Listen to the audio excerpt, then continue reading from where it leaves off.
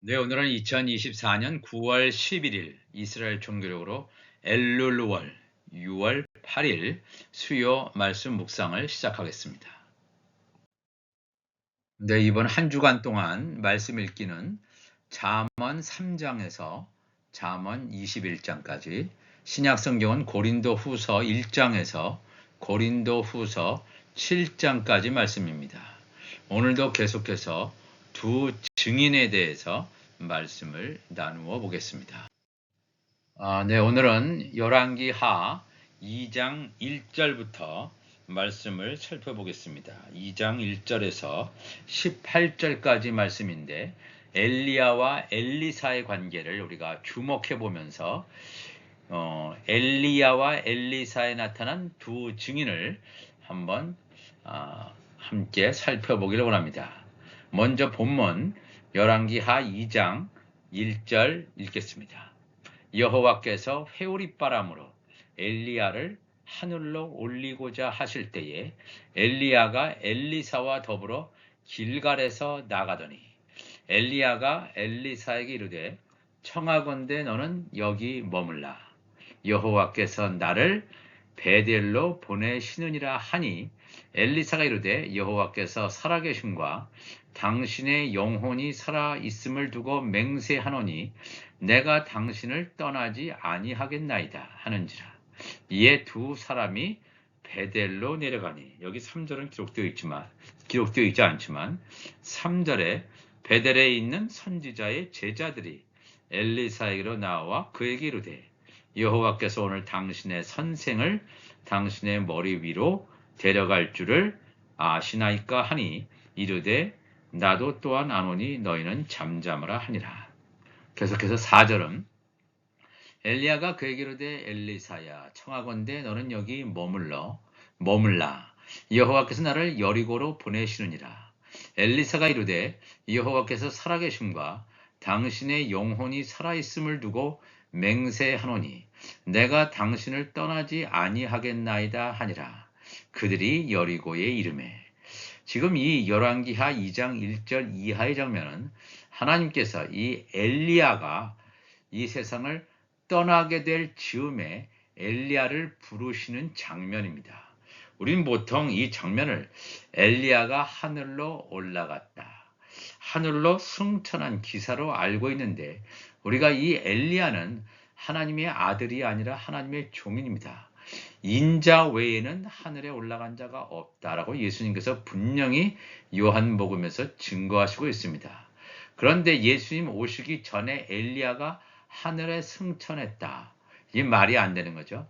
이 엘리야가 하늘에 승천한 것이 아니라 하늘에 올리움을 받는 이런 사건 가운데서 이 엘리야가 자기의 목숨이 다한 이후에 하나님의 종의 무덤인 아브라함의 품에 갔음을 성경은 증거하고 있습니다. 여호와께서 회오리바람으로 엘리야를 하늘로 올리고자 하실 때에 엘리야가 엘리사와 더불어 자기의 제자 엘리사와 더불어 길갈에서, 이 길갈이라고 하는 것은 어떤 곳입니까? 이 모세와 출애굽 1세대들이 요단강에 수장되어 있었는데 그 가운데서 이 여호수아를 통해서 모세와 출애굽 1세대 가운데서 12돌, 죽은 돌 가운데 요단강에 수장되어 있던 죽은 돌 가운데서 12돌을 끄집어내서 가나안 땅에 길갈에 세우는, 즉 하나님의 종들의 구속사를 분명히 보여주고 있습니다. 즉 길갈에서 나가더니 엘리야가 엘리사에게 이르되 청하건대 너는 여기 머물라. 여호와께서 나를 베델로 보내시니라. 이 베델은 창세기 28장에 하나님께서 야곱과 맺은 언약이 되겠습니다.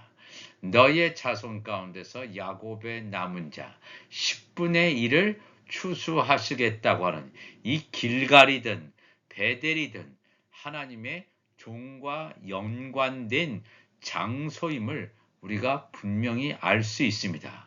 그래서 이 엘리야는 길갈에서 베델로, 그리고 그가 원래 계속해서 사역을 했던 광야로 가는 그 방향을 계속해서 보여주고 있습니다. 이 모세도 하나님의 종으로서 광야에서 사역을 했습니다.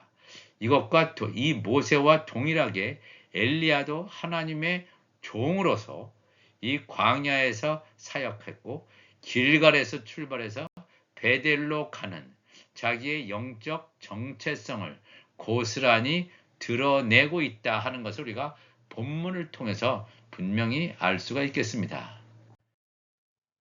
열왕기하 2장 8절에 계속해서 말씀을 이어가겠습니다. 이 요단강에 섰는데 엘리야가 겉옷을 가지고 자기가 입고 있던 겉옷을 가지고 이 겉옷이라고는 율법의 옷이죠. 왜냐하면 율법 아래에 있는 자 하나님의 종 제사장의 신분을 가지고 있는 엘리야가 겉옷을 가지고 마라 물을 치매 물이 이리저리 갈라지고 두 사람이 엘리야와 엘리사가 마른 땅 위로 건너더라.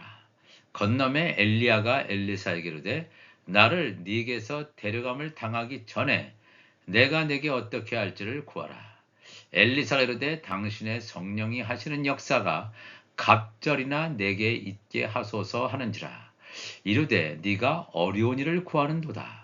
그러나 나를 네게서 데려가시는 것을 네가 보면 그 일이 네게 이루어지려니와 그렇지 아니하면 이루어지지 아니하리라 하고 두 사람이 길을 가며 말하더니 불수레와 불말들이 두 사람을 갈라놓고 엘리야가 회오릿바람으로 하늘로 올라가더라.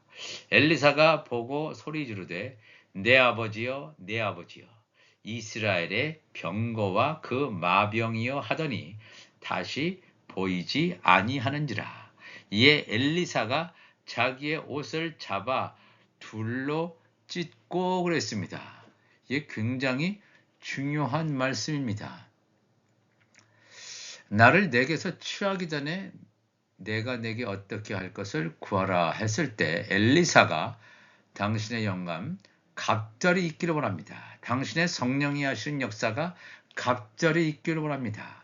그러니까 이 엘리사는 하나님의 성령을 받은 자입니다. 그렇지만 이 엘리사는 하나님의 성령을 받은 자이기 때문에 이렇게 성령을 구하는데 이 엘리야는 그렇지 않다 하는 것입니다.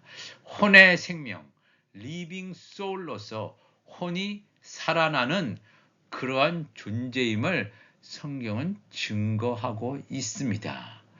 그래서 이 엘리야가 하나님의 종이고 엘리사, 그의 제자인 엘리사는 하나님의 자녀의 신분, 하나님의 아들의 신분을 가진 것을 우리가 분명히 알 수가 있습니다.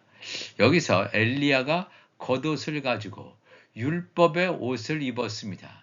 그는 그리스도의 옷을 입을 수가 없습니다. 그리스도의 의의 옷으로 입혀질 수가 없다라고 하는 것입니다.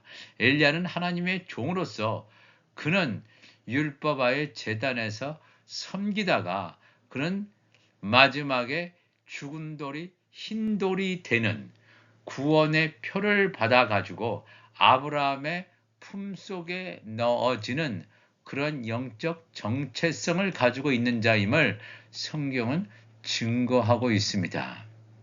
우리가 이 말씀을 잘 알아야지만 이 두 증인의 가는 길, 두 증인이 이 마지막 때에 어떤 역할을 하는지를 우리가 알 수 있습니다. 우리가 엘리야를 엘리사보다 더 뛰어난, 더 위대한 선지자로 알고 있지만 사실은 엘리사는 하나님의 자녀의 영적 정체성을 가진 자라면 엘리야는 하나님의 종의 정체성을 가지고 있다라고 하는 것을 우리가 알아야 됩니다. 이 말씀을 알지 못하면 성경을 제대로 깨닫지 못하게 되는 것입니다. 계속해서 열왕기하 2장 13절에 엘리야의 몸에서 떨어진 겉옷을 주워 가지고 돌아와 요단 언덕에 서서 엘리야의 몸에서 떨어진 그의 겉옷을 가지고 물을 치며 이르되 엘리야의 하나님 여호와는 어디 계시니까 하고 그도 엘리사도 물을 치매 물이 이리저리 갈라지고 엘리사가 건너니라.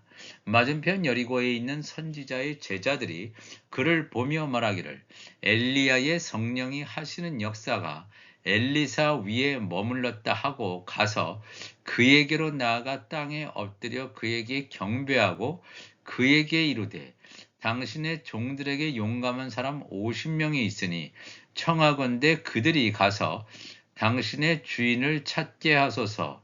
염려하건대 여호와의 성령이 그를 들고 가다가 어느 산에나 어느 골짜기에 던지셨을까 하나이다 하니라.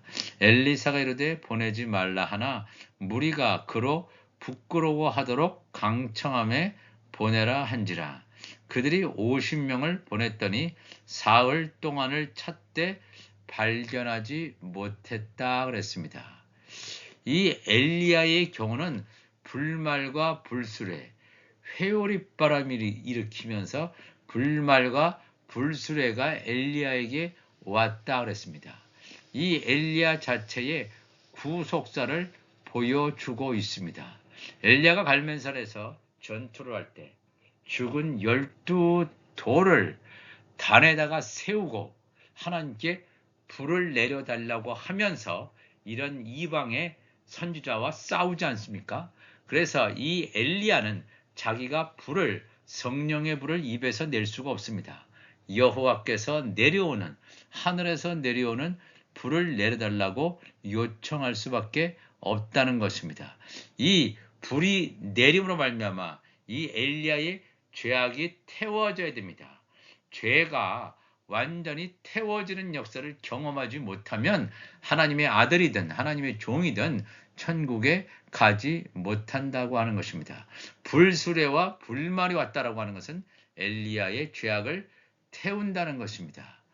이 놀라운 사실이 이 야곱의 증거 가운데서도 나와 있습니다. 이 하나님의 아들 이 요셉이 자기 아버지 야곱을 가나안 땅에 있는 그 야곱을 데려오기 위해서 수레를 보내지 않습니까? 이거를 통해서 우리가 분명히 보는 것은 이 수레를 그냥 보냈다가 아니라 야곱의 정체성이 이 엘리야와 같은 하나님의 종의 신분이구나 하는 것을 알 수가 있습니다. 그렇다면 이 엘리야가 하늘로 승천했느냐? 그렇지 않습니다. 그 당시에 이 제자들, 선지자 그룹들이 엘리야가 올라가는 것을 보면서 저 사람이 엘리야가 하늘로 승천했구나 이렇게 여기지 않고 혹시 하나님의 천사가 왔다가 이 엘리야를 들고 가다가 떨어뜨리지 않았을까 이렇게 얘기하잖아요. 그래서 50명의 선지자들이 가서 죽은 엘리야의 시신을 찾으러 수색하는 이러한 장면을 열왕기하 2장에서 분명히 보여주고 있습니다. 그러니까 하늘에 승천한 것이 아니라 하나님께서 하나님의 종들이 죽어서 가는 장소인 아브라함의 품을 이미 예비해 놓으셨음을 성경은 증거하고 있습니다. 물론 이 아브라함의 품으로 가는 것은 예수님께서 오신 다음에 가는 거죠. 그 전까지는 다 이제 옥이라는 곳에 가 있다가 예수님께서 이제 돌아가신 다음에 무교절에 옥에 가셔서 말씀을 선포할 때 하나님의 아들과 하나님의 종들과 이렇게 이 죄의 종의 열매들이 나누어지는 것을 성경을 통해서 우리가 볼 수가 있겠습니다. 오늘도 우리가 이 말씀을 통해서 보면 엘리야, 엘리사 다 동일한 하나님의 선지자인 것처럼 보여지는데 누구는 하나님의 아들이고 누구는 하나님의 종인지를 분명히 보여주고 있습니다. 이 엘리사가 엘리야의 몸에서 떨어진 겉옷, 율법의 겉옷이지만 이 율법을 복음으로 완성해주는 이 역할을 하는 사람, 바로 이 하나님의 아들의 신분을 가진 엘리사임을 분명히 보여주고 있습니다. 그러니까 엘리야가 먼저고 엘리사가 나중이지 않습니까? 그러나 먼저 된 자가 나중되고 나중된 자가 먼저 된다. 예수님께서 하신 말씀입니다. 먼저 된 자 엘리야가 나중된다. 나중에 이 속죄들의 구원을 받습니다. 그렇지만 이 나중된 자 엘리사가 나중된 자가 먼저 된다. 이 나팔절에 하나님의 아들 추수 때 이렇게 구원받는 것임을 성경은 분명히 증거하고 있습니다. 첫 아담과 마지막 아담이 있을 때 이 첫 아담이 역사에 먼저 왔죠. 먼저 온 것 같지만 첫 아담은 하나님의 종의 신분이기 때문에 나중 속죄절의 구원을 받지만 예수 그리스도 마지막 아담은 뭐예요? 물론 창세전에 영원 전부터 그랬지만 역사에는 첫 아담보다 나중에 왔지만 예수님께서는 먼저 하나님의 나라에 가 계심을 우리는 성경을 통해서 알고 있습니다. 오늘도 우리가 이 말씀을 통해서 이 복음은 굉장히 정교하게 하나님께서 설계하셨음을 우리가 알아야 됩니다. 천국에 들어가는 자가 누구인지, 어떤 사람이 들어가 있는지, 어떤 시대에 가는지, 언제 가는지 이 성경은 분명히 우리에게 다 증거해주고 있습니다. 이 말씀을 통해서 우리가 한순간 한순간 이 말씀이 내 속에 흘러 들어와서 내 안에 생명수의 강이 넘침으로 말미암아 온전히 내 잔이 넘치는 놀라운 하나님의 역사를 체험하는 우리 모두가 되시기를 주님의 이름으로 축원합니다. 다 같이 기도하시겠습니다. 하나님 아버지 감사합니다. 오늘도 귀한 말씀을 함께 나누었습니다. 엘리야와 엘리사를 통해서 두 증인의 역사를 우리 하나님께서 증거하신 것처럼 오늘도 우리가 두 증인의 사명을 받은 자라면 이 마지막 때의 말씀을 온전히 담게 하시고 지혜로운 다섯 처녀같이 기름을 온전히 완전히 채울 수 있도록 성령여 인도하여 주옵소서. 우리 주님 감사하며 거룩하신 예수님의 이름으로 기도하옵나이다. 아멘.